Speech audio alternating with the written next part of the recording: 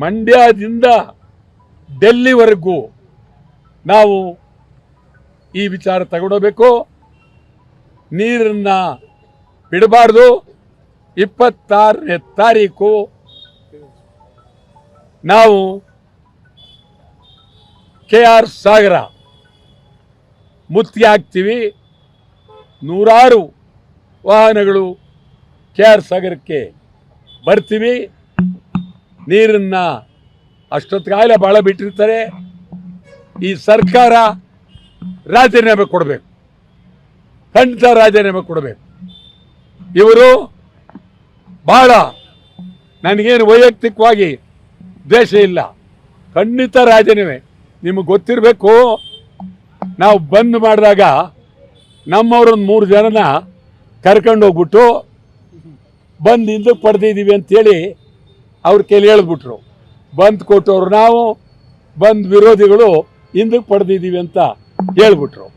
ಇವತ್ತು ನಿಜವಾಗ್ಲೂ ಕನ್ನಡ ಸಂಘಟನೆಗಳನ್ನ DK ಶಿವಕುಮಾರ್ ಹೊಡೆದಾಕ್ತಾರೆ, ರೈತ ಸಂಘಟನೆ ಹೊಡೆದಾಕ್ತಾರೆ, ಯಾರಿಗೂ ಹೆದರದಿಲ್ಲ, ನೀರನ್ನು ಬಿಡ್ತಾರೆ. ಆ ದೃಷ್ಟಿಯಿಂದ ನಾನಂತೂ ಎಷ್ಟು ವರ್ಷ ಜೈಲಿಗೆ ಹೋಗೋಕ್ಕೂ ಚಿಂತೆ ಇಲ್ಲ, ಹೋಗ್ತೀವಿ. ನೀರನ್ನು ಬಿಟ್ಟಿರುವ ಸರ್ಕಾರದ ವಿರುದ್ಧ ನಾವು ಈಗ ಸತ್ಯಾಗ್ರಹ ಮಾಡ್ತೀವಿ. ನೀವು ದಯಮಾಡಿ ಹೋರಾಟ ಯಾವುದೇ ಕಾರಣಕ್ಕೂ ನಿಲ್ಲಿಸಬಾರ್ದು ಅಂತೇಳಿ ಒತ್ತಾಯ ಮಾಡ್ತೀವಿ. 4 ಕಟ್ಟು ನೀರು ಕೊಡೋಕೆ ರೈತರಿಗೆ 4 ಕಟ್ಟು ನೀರು ಕೊಡೋದಕ್ಕೆ ಸಚಿವರು ಹೇಳಿದ್ದಾರೆ.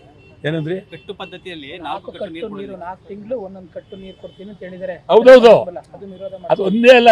ನಮ್ಮ ನಾಲೆಗಳಿಗೆ ನೀರಿಲ್ಲ, ಕೆರೆಗೆ ನೀರಿಲ್ಲ. ಮಂಡ್ಯದಲ್ಲಿ ನಾನು ನಿನ್ನೆ ಕೇಳಿದೆ, ಸುಮಾರು ಸಾವಿರಾರು ಕೆರೆಗಳು, ಆ ಕೆರೆಗಳಲ್ಲಿ ಮುಚ್ಚೋಗಿವೆ. ಕೆರೆಗಳಿಲ್ಲ, 900 ಕೆರೆಗಳು ಮುಚ್ಚೋಗಿವೆ. 36 ಕೆರೆ ಇದೆ, ಅದು ಒಣಗೋಗಿದೆ. ಮೈಸೂರು ಹಂಗೆ ಆಗಿದೆ, ಚಾಮರಾಜನಗರ ಹಂಗೆ ಆಗಿದೆ. ಯಾರನ್ನು ಕೇಳದೆ ರಾಹುಲ್ ಗಾಂಧಿಯವರು ಇವ್ರನ್ನ ಮುಖ್ಯಮಂತ್ರಿ ಮಾಡಿದ್ರು. ರಾಹುಲ್ ಗಾಂಧಿಯವರು ಆ ವಿಜಯನಿಗೆ ಸ್ನೇಹ ಮಾಡಿದ್ರು. ವಿಜಯನ ಜೊತೆಲಿ ನಮ್ಮ ಮುಖ್ಯಮಂತ್ರಿಗಳ ಸ್ನೇಹ ಆಯಿತು. ಆದ್ದರಿಂದ ನಮ್ಮನ್ನು ಬಲಿ ಕೊಟ್ಟಿದ್ದಾರೆ. ಮಂಡ್ಯ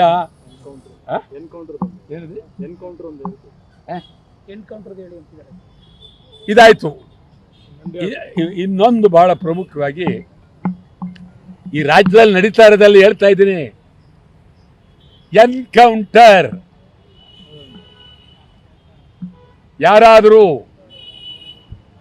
ಗೌರವ ಇರುವ ಸರ್ಕಾರ ಇದ್ರೆ, ಪ್ರಜಾಪ್ರಭುತ್ವದ ಬಗ್ಗೆ ನಂಬಿಕೆ ಇದ್ರೆ ಕೂಡಲೇ ಮುಖ್ಯಮಂತ್ರಿ ರಾಜೀನಾಮೆ ಕೊಡಬೇಕು.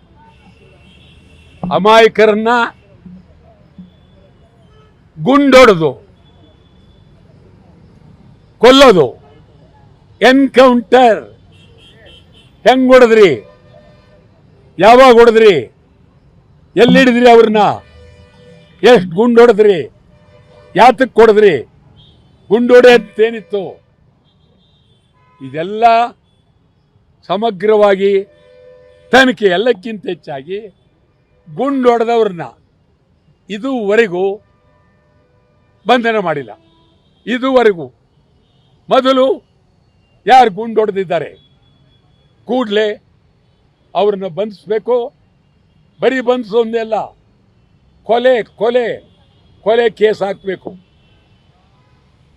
ಸತ್ತವರಿಗೆ ಕನಿಷ್ಠ 1 ಕೋಟಿ, ಆ MLA 10 ಲಕ್ಷ ಭಿಕ್ಷೆ ಕೊಟ್ಟಿದ್ದಾರೆ. ಮೊದಲು ಆ MLAನ ಆ ಕ್ಷೇತ್ರದಿಂದ ಜನ ಓಡಿಸ್ಬೇಕು.